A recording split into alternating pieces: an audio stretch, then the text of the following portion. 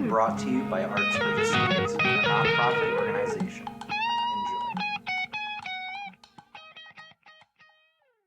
Enjoy.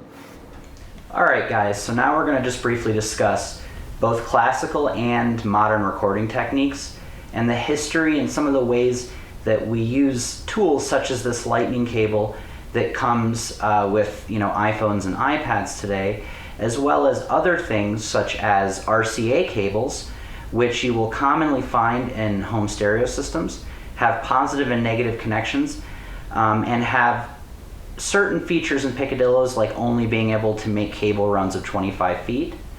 Then you have your standard instrument cables and microphone cables such as this TRS, and we will discuss a little bit of where these names come from later, but this is commonly what you'll see for guitars and amplifiers and the like.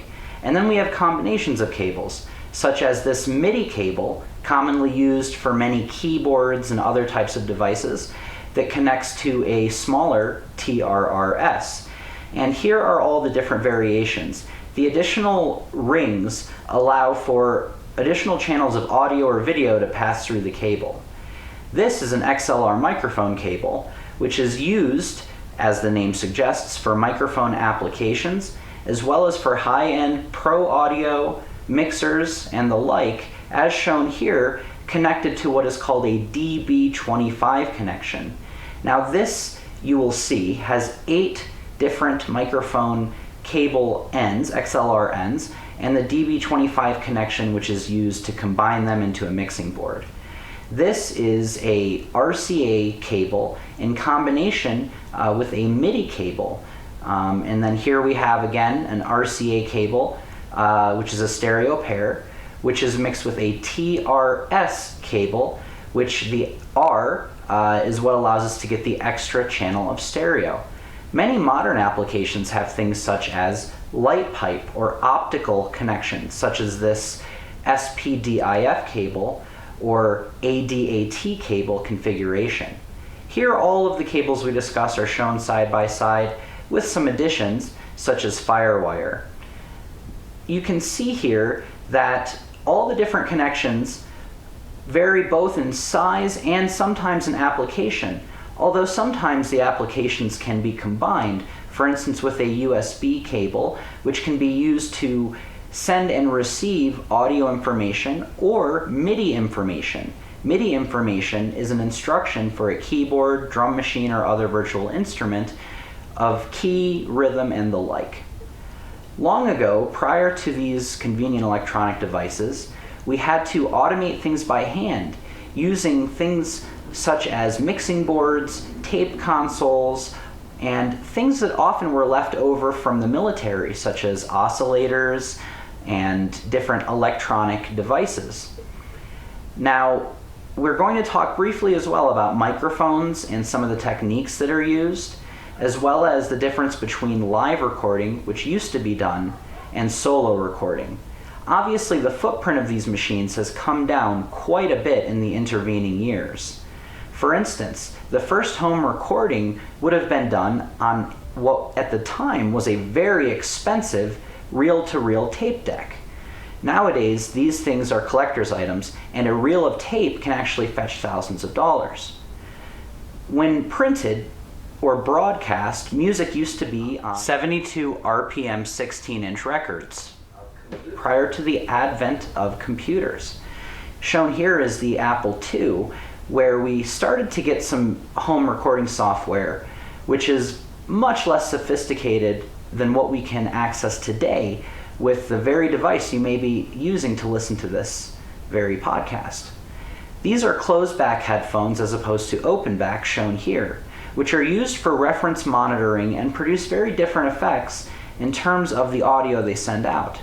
These are passive reference monitors, which are used in studios and require amplification, but give a very true sound, as opposed to the home stereo shown here, which does not require amplification. Now, this is a Shure SM57 dynamic microphone. It does not require phantom power, unlike this, a much more expensive Neumann U47 microphone, which is called a cardioid condenser. We'll talk about what that means in a bit. Now the third type of mic that's less common is shown here, which is a ribbon microphone. Now here in my little mixer you see the XLR input where phantom power is received. You also have balanced and unbalanced line inputs, which we'll discuss more. The RCA can receive and then send back out a signal if you're daisy chaining to another mixer or device. You have a stereo headphone out as well as mono out, so you can monitor with headphones and speakers.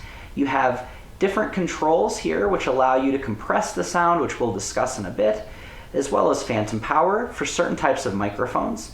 And this is basically a full audio device which permits me to have a powerful and inexpensive tool in audio production. All right, guys, I hope that helped out a little bit as far as understanding some of the equipment that we use, cables, microphones, that kind of stuff, as well as some of the history of recording. And in the future we will expound a little bit more on these topics, but for now I just wanted to give you guys a basic understanding of how all this stuff works and how we got to where we are today, where we can make music at home with relatively inexpensive tools that most of us have. When it used to take very expensive specialized tools that had to be custom made. So hopefully that inspires us to go out and make some music, whether it's with pots and pans, GarageBand, or just whatever we have laying around. And so in the next video, we do continue with some of the GarageBand tutorial and talk about how to make bass lines, orchestral lines, and stuff like that.